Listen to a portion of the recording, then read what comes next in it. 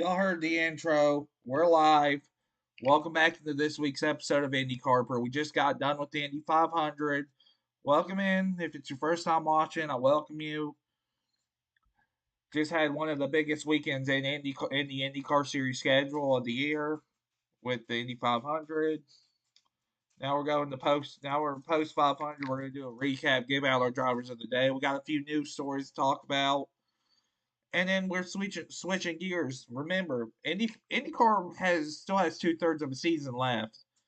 This weekend we're in the streets of Detroit in downtown Detroit for the Chevrolet Grand Prix of Detroit. We're going to talk about that, and Indy Next Series is back this weekend. Talk about that too. If it's your first time watching, welcome. My name's Casey Racem, A.K.A. Hunter. I am your residential IndyCar armchair analyst. Let's go ahead and get to the news segment I want to talk about. First off, sorry, I've been covering all year the Andretti F1 situation, and we got a little bit of an update. Then Meyershank Racing and Dale Coyne each had driver announcements / driver swaps this weekend. We're going to talk about that too. First off, I want to talk about the Andretti F1 update. Basically, the FIA president changed his tone, is now signed with Liberty Media and pretty much just told Andretti, hey, you gotta go buy into another team. We don't want you it'd be easier to buy another team than going as an 11th entrance. I'm gonna say this much: one, which team? What team do you want them to buy into? Who do you want them to buy into? Because looking at the teams, Alpine seems like they're for sale, but they're going to be partnering with Alpine until Cadillac comes in. They're not going to they can't buy Alpine. Haas ain't for sale now, especially because Stuart Haas racing in NASCAR. Gene Haas has shut down his NASCAR program. It's more valuable to be a back runner in F1 than it is to be in NASCAR. They ain't for sale. Who are they going to buy into? Basically, the only team they could buy into is Toro Rosso or whatever they're called, Visa, Cash App, Red Bull, Money Racing, whatever the hell they're called. That's the only team they can physically buy into, and I don't even think Red Bull wants to sell it to them. That's all I'm saying is if you want to buy into a team, which team? And all I'm saying is if I'm Andretti, I'm playing dirty with IndyCar too. Because Liberty Media runs F1, they own part of Meyershank Racing. Meyershank, they have a technical alliance with Andretti. I'd get dirty and say until we're accepting F1, we're in the technical partnership. I don't think they'll do that, but if it comes down to it, I'd play dirty. That's all I want to say about that. Andretti needs to buy into another F1 team, but I'm just saying which team. Because no team really seems for sale except for maybe Visa, Cash App, Red Bull, dollar, money, Red Bull Racing, whatever the hell it's called. That's all I'm going to say about that. Enough about that. We did have a couple driver announcements coming in. First off, Tom Blomqvist gets sidelined for the next two races. Elio Castroneves going to be driving the 66 for Detroit and Road America. All I'm gonna say about that is this is taking a devastating hit to it's gonna take a hit to Blomqvist's confidence. I get it, he's not having the greatest season but he is a rookie. Blomqvist is a rookie. He's coming over from sports cars. He's learning what he can learn. He's doing what he can do. That's all I'm gonna say about that. He's gonna take a shot out of his confidence, but maybe he takes it like, yeah, maybe I need to improve or something, something of that nature. But it's just gonna take a shot of confidence. I hope Blomqvist I think he took news well, but it's gonna take, like I said, shot out of confidence. Maybe he's not fully secure for next year in 2025. I highly doubt it though, but maybe his contract's not fully secure, and that's a potential open seat for silly season. We'll have to look at that as silly season develops, and silly season develops quick when it develops. Dale Coyne Racing had an announcement. Tristan Vautier, last race in IndyCar in 2017, last race full time in IndyCar in 2013. Tristan Vautier is coming back this weekend for Detroit. All I'm gonna say is that's a name, that's a throwback. That's one heck of a throwback name. Vautier coming back for Detroit, driving to 51. Then again, the 51's basically an open car. It's basically if you want to drive it, have a little bit of fun, and you can drive whatever you want. You can drive it if we have an open date this year. He's back in the 51. And all I'm going to say is we're just one James Davidson race away from this being a full out throwback car because Tristan Bodier coming back for the first time since 2017. James Davidson hasn't raced in any car since 2020 in the said 51 car at the Indy 500. I'm gonna giggle if I'm just gonna predict this now. James Davidson's gonna run a race, whether it's Mid Ohio, Toronto. He's gonna run it at some point in IndyCar, and I'm gonna giggle because I was right. But anyways, that's the new segment I wanted to talk about. Now we gotta do a little bit of a recap for the Indy 500, our 108th annual Indy 500. A little bit of a race recap. We're gonna go over the final results. Where I got two drivers of the day. Indy 500 is a big enough race. I feel like it deserves to have two Casey Racing drivers of the day. And I'm giving out two. If you don't like it, it's my show. You can complain about it in the comments. I'm giving out two drivers of the day. We had 33 cars. I can give out two. Just a recap of the final results. Joseph Newgarden goes back to back, wins the Indy 500 for the second year in a row. Had a feeling the Penske car was going to win it, but I ended up picking Will Power. I picked the wrong Penske car. Pato award another Indy heartbreak. Not a great run for him. He finishes in the runner-up position of the Indy 500 once again. But it's kind of like how Joseph Newgarden was when he raced here. This track, you're going to have so many heartbreaks at the Indy 500 until you finally get one to go your way.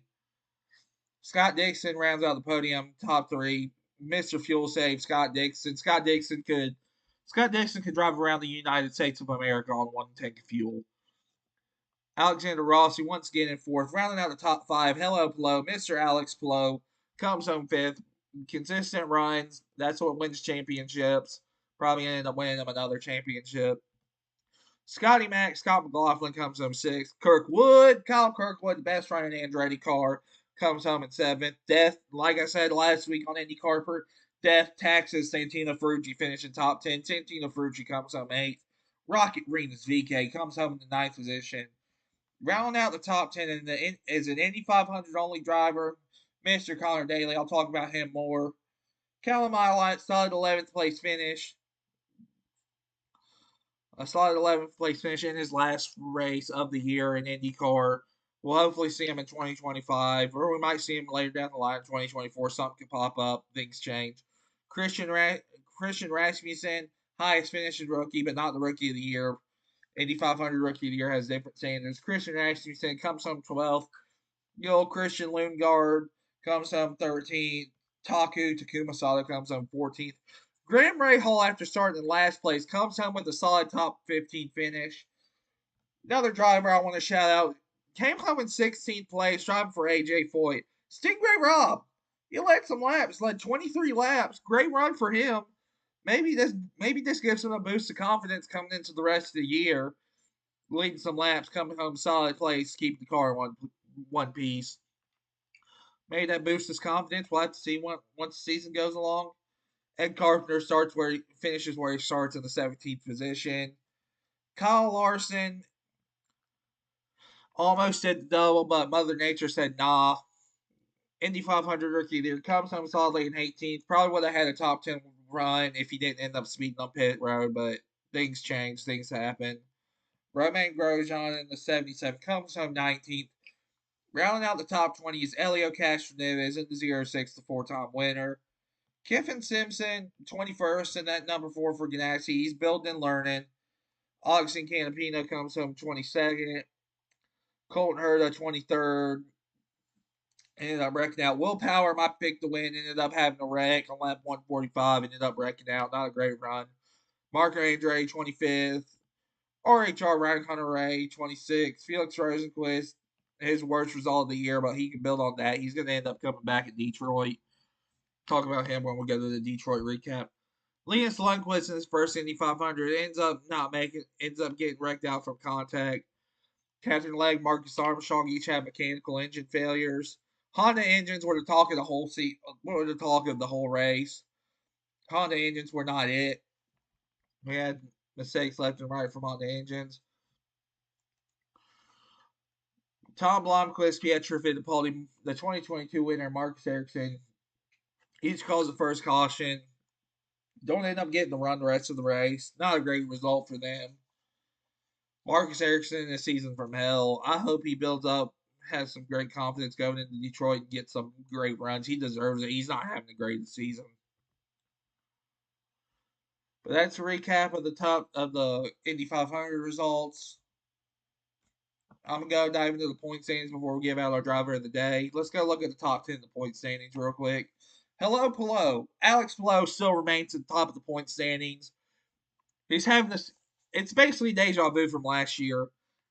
Basically, from the last three races, Barber, the NEGP, and the Indy 500, we're getting deja vu.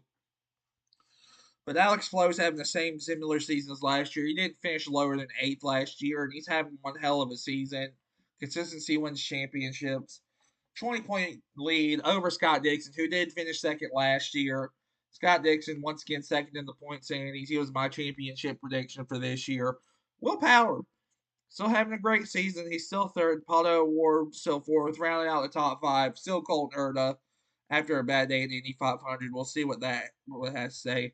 Scott McLaughlin led the most laps in the Indy 500. Still solidly sixth. Joseph Newgarden, after having two bad runs, wins the Indy 500. Gets back in the top 10 in point standings. Alexander Rossi remains in eighth. Felix Rosenquist, after a bad run at the Indy 500, he's still solidly ninth, still top 10 in the point standings. 1 point ahead of Mr. Kirkwood. Kyle Kirkwood rounds at the top 10 of the point standings. That's enough about the IndyCar series before we go to Detroit. We'll do a little Detroit preview. Let me catch my breath for a second. Like I said, we got two drivers of the day for the IndyCar series. First one, Indy 500 only driver. Came home in the top 10 position. Casey Racing driver of the day, number one for the Indy 500 is Connor Daly. Started 29th, finished 10th, highest moving driver at Indy 500. One hell of a run for his one time only race. Shout out Speed Street Podcast. Shout out Garage Guy Chase. Shout out Connor Daly. Connor Daly gets my first Casey Racing driver of the day for the 500. I heard a rumor. I'm gonna take it with a grain of salt. I'm gonna say it's 5% on 5% likely at this point. He's trying to get Dry Reinbold to run. He's trying to get Dry Reinbold to run the season finale at Nashville. Could it happen? Yeah. Will it happen? It's unlikely.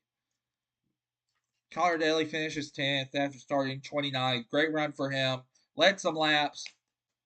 Congrats, Connor Daly, for being my first driver of the day. Second driver of the day, Casey Racing driver of the day. Since we had 33 drivers, Indy 500 is big enough race I can have two. If you don't like it, it's whatever.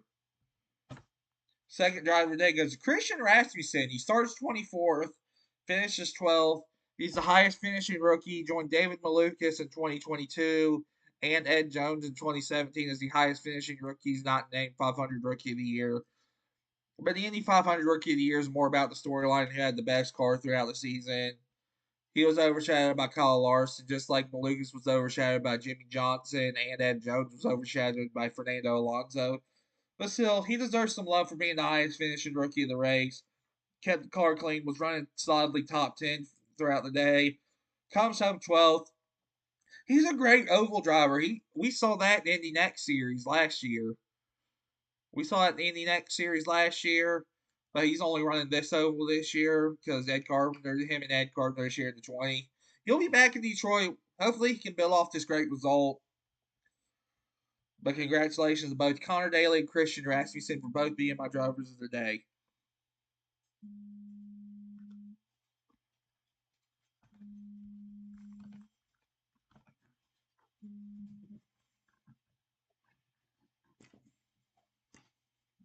Yellow. No. What?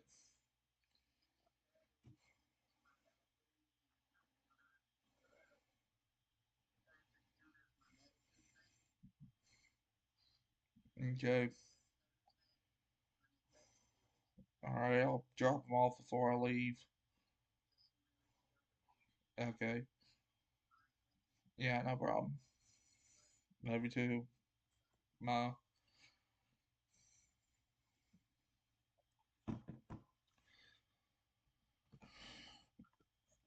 Sorry, I had a phone call come up during the show. That's enough about the Indy 500. We got Detroit this weekend. Just a reminder, IndyCar's not just the Indy 500. This was going to be the best rating broadcast of the year.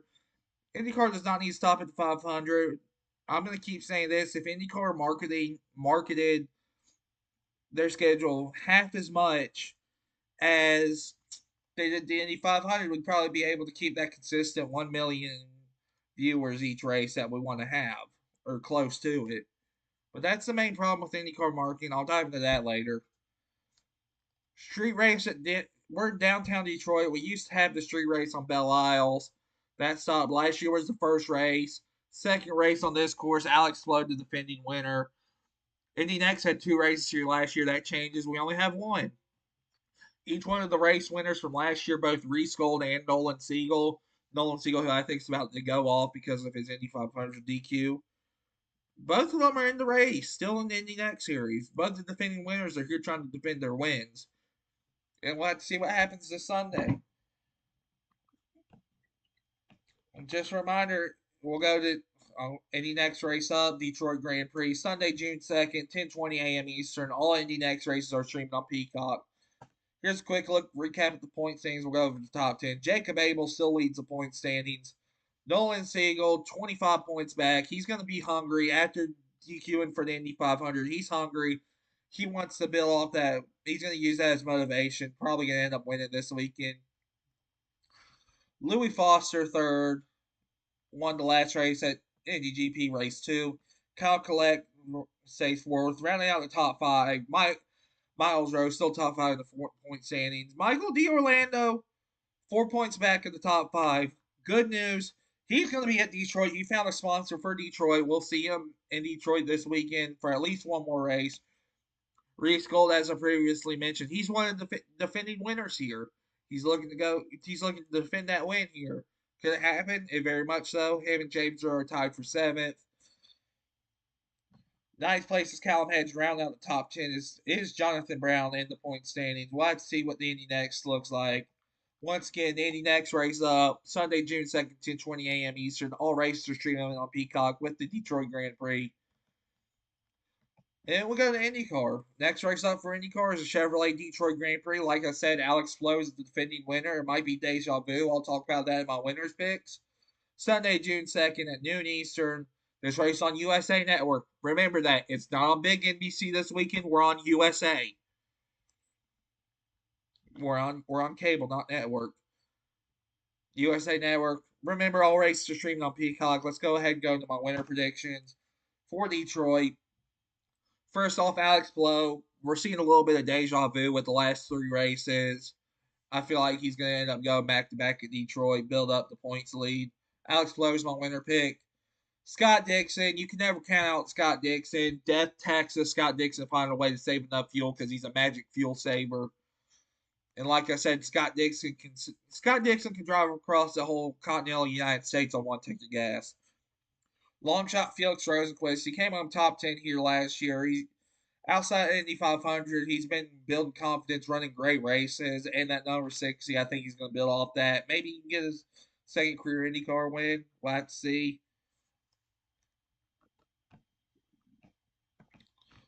And that recaps for Detroit. Let's look at the ratings. 5.3 million viewers average for the Indy 500. That's great. Peaked at 6.4 million towards the end of the race. Overall, 5.3 to 5.5 was the average. That's a great showing.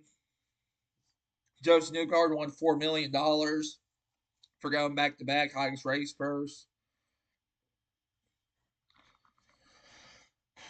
All I'm gonna say is this much: if we can get if we can get 20% of the viewers we did for the Indy 500 for the rest of the year, it would be great. But it just comes down to IndyCar's marketing. There was a bunch of outrage on Twitter because they were just showing 500 recaps instead of promoting Detroit.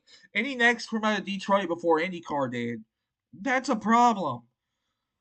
I'm going to leave it at this much. If IndyCar gave at least 50% of the effort they gave for promoting the rest of the season that they do for the Indy 500, they wouldn't be in a viewership hold. We would be at least we would probably be getting close to our $1 million average. We want million, not $1 million, million viewer average. We want to have.